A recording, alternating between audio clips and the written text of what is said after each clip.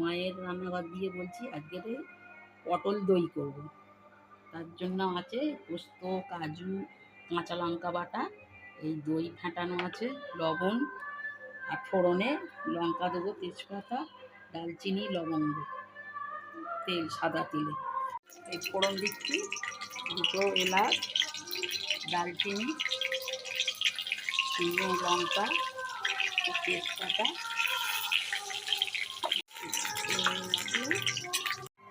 পোস্তটা দিয়ে দেবো,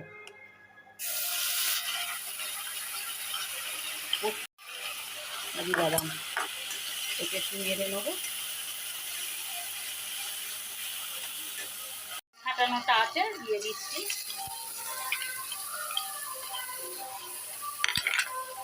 ভালো করে মিশিয়ে নিতে হবে। বন্ধুরা, এই যে তেল ছেড়ে এসেছে, এবার একটু কাশ্মীরি লঙ্কার গুঁড়ো দেবো, মায়ের রান্নাঘরের মশলা কুটো থেকে ধনের গুঁড়ো, জিরের গুঁড়ো, হলুদ দেবো না, এটা সাদা হবে, স্বাদ মতো নুন।